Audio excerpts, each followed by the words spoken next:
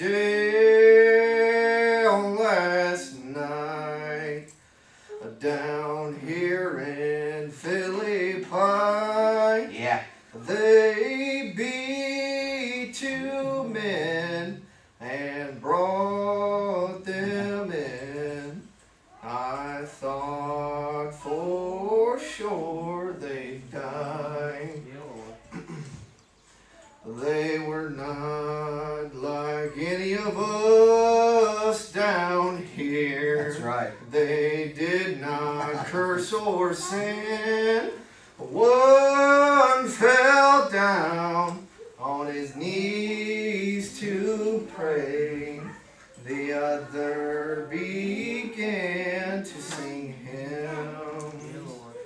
I heard one cry the other's name. Paul, are you still alive? Silas,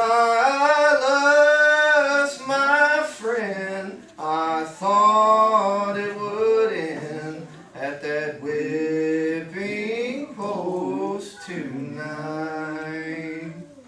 Now I've heard a lot of sounds, my friends, Can you imagine? come out of wounded men, but in all my life I'd never heard the sound that came from them. Yeah. It's a long song. That's pretty. You did a good job on that. No more excuses. Yeah. You have too much work to do. I feel very weak this morning. I was feeling that way. We were rushing, trying to get up here, and I felt that way sitting in the seat, my little seat over there. I need your prayers. I'm not sure what the case may be with me this morning. You know, I've oftentimes heard some of the older brothers, and even Dad, I've heard him say that this is making an offering. Yep. Yeah.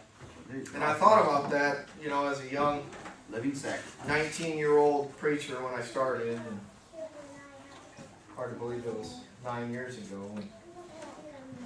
And I think about that, making the offering, what exactly that means. And you know, it's like when, you guys have heard me preach 100 times, I love the story about Saul. When he was this great man, the king, naturally so, physically great, strong. And he was the one that the people wanted to be their king. Because he looked like one. Because he looked That's like right. a king. On the outside. And you know, he received some direction.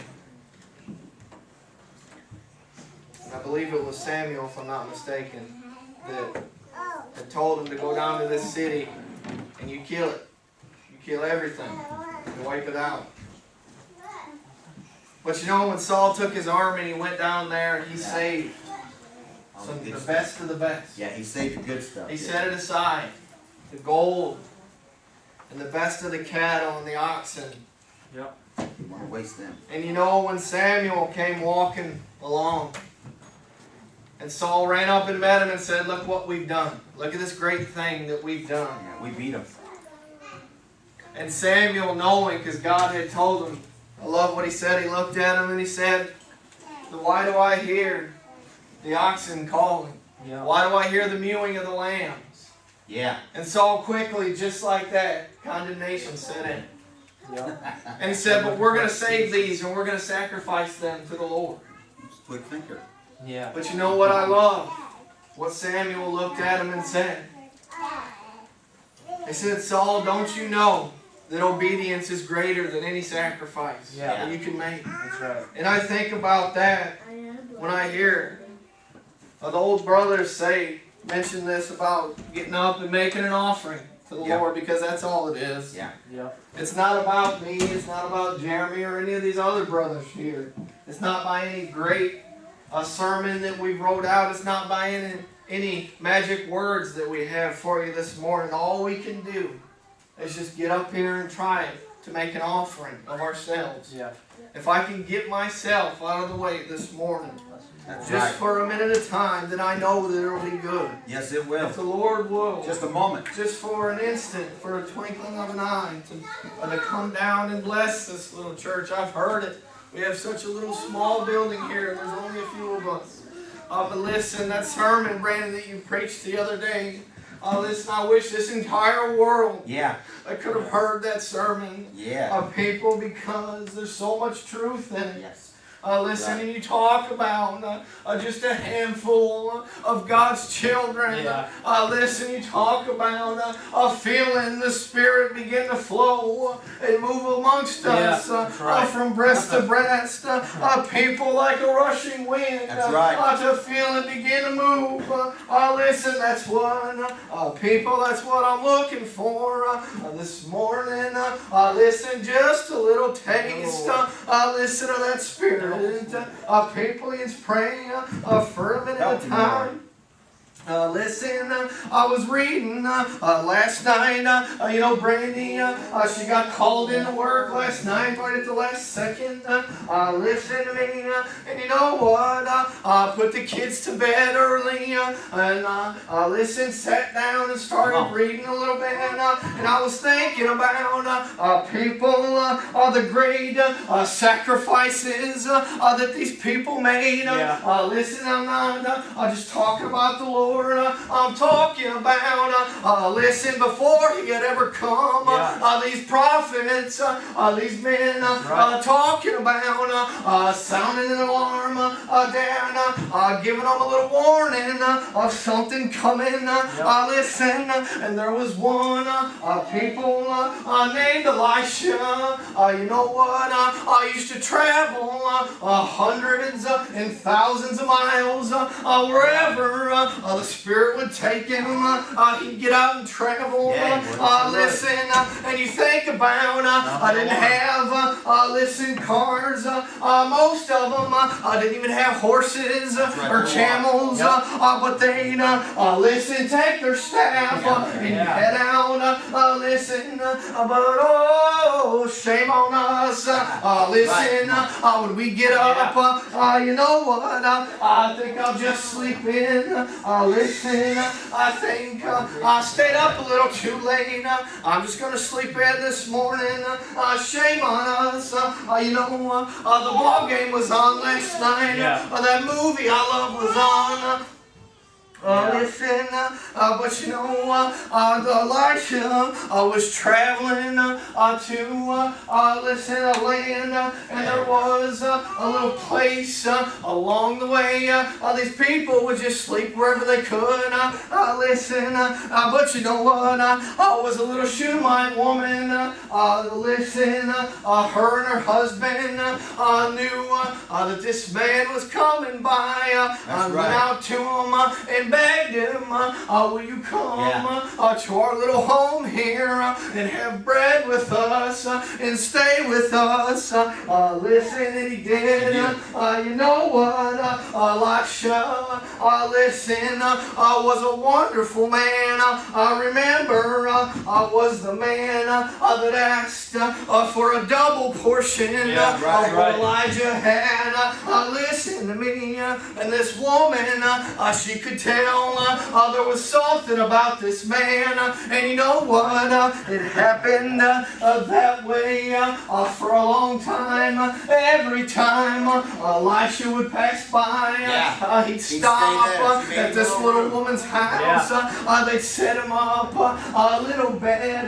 No doubt, house wasn't bigger than this building, but they'd set him up a little place there, and when he would pass by, he'd stop and he'd stay with them there. Every time. And you know what?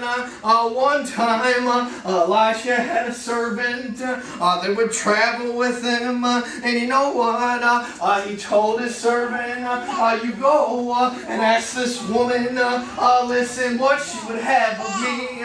Listen, meaning you've been good to me. You've sheltered me. Listen, now I'm gonna give you something. And you know what? When Elisha's servant, she went to that Shunammite woman and said, would you have him speak to the king on your behalf? And you know what? She looked at him and said, I live amongst my own. Listen to me. And you know what? That servant went back to Elisha there and said, she don't want you to speak to the king for her. But listen, Elisha didn't stop. He said, tell me more about her. And he said, well, her husband is old and she has no sons. Listen, but Elisha went to her and said, this time next season you're going to hold a son in your arms. But you know what? She looked at him and said, don't you mock me. I'm old. Listen, I have no sons. I'm barren. Don't you mock me. Meaning, don't get my hopes up. Listen, people this morning, how many times, listen, have you gotten your hopes up about something? But you know what? I can't tell you how many times I've placed my hope in the wrong place. Listen, I didn't put it in the Lord. Maybe put it by my own self, in my own works. People, how foolish we are. Yeah. And you know what? When that time, next season, sure enough, she had her little son there. People, but you know what? One day, listen, one day, that boy was out in the field with the reapers. Listen, with his father. Listen to me. And he began to cry and moan. That his head hurt.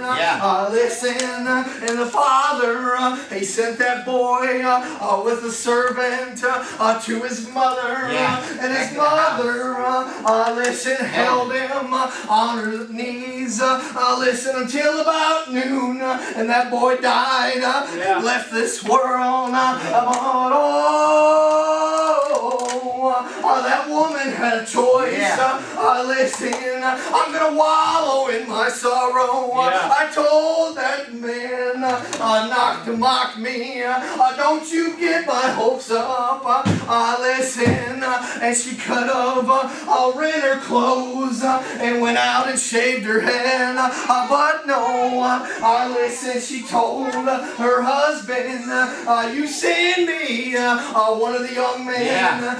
You saddle, listen, a horse for me. And listen to me. And she set off trying to find Elisha. Listen, had been years, no doubt.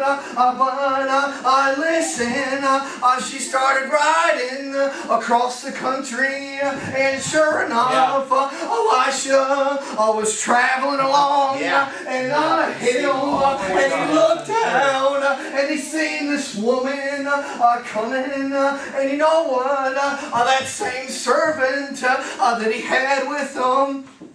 Listen, he told him, he said, you go, you take my staff, listen, you go and meet this woman, listen, and when he got up to her, he said, is everything well with your home? Is everything well with your husband and with your son? And she said, it is well, but she didn't stop. She went right by him. Listen, and she threw herself at Elisha's feet. Listen to me. And she looked at him and said, I did not tell you not to get my hopes up. I told you not to to mock me. Listen, that son you promised me is dead and gone, but no one. Listen, this is how my Lord works. Listen, Elisha, he stood and he looked at his servant there and he said, you take my staff and you ride on ahead to this woman's house. And when you enter that house, I want you to lay my staff right there on him. But oh, people, listen, and Elisha and that Shunammite woman started following behind them there, and when that servant reached the house and touched that boy with his staff, nothing happened. He didn't stir. That's right. Listen, and he come back out and met Elisha and that woman coming along and said, the boy doesn't stir. Listen, but every time we get in trouble, every time, listen, we put our hopes in the wrong place, listen, and we fail one another, and we fail ourselves, people, don't you know that that's just an opportunity for the Lord, just an opportunity, listen. Right. And you know what? When he come out and told him it didn't work, Elisha didn't stop. He went on in the home there, and he shut them all out. Listen, and he began to pray, people, and he walked up to where that little boy lay.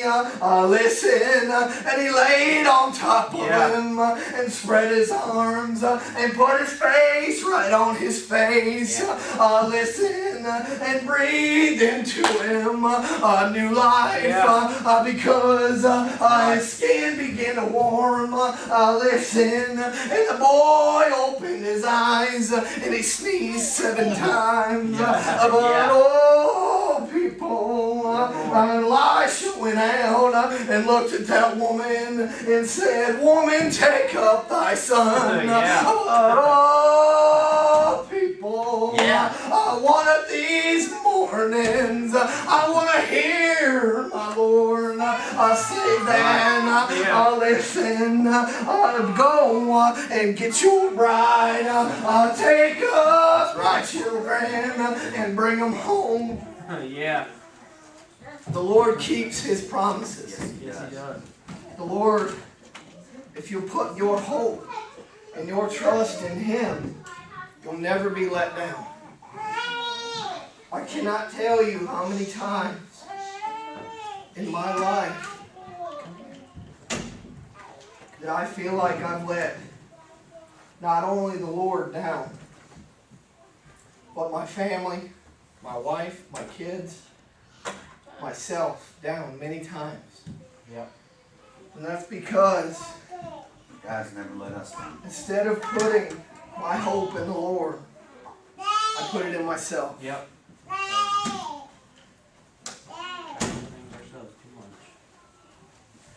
thankful this morning. Me too. Very. I'm going to let one of these other brothers come, whatever you want to do, Dad. Yep, I'll come speak a few words. But I'm very thankful to get to be back here. I know it seems like I get out of breath so easily anymore and lose my voice, and I guess it is a kind of like riding a bicycle. You get out of practice real easy. But I love you. I'm thankful.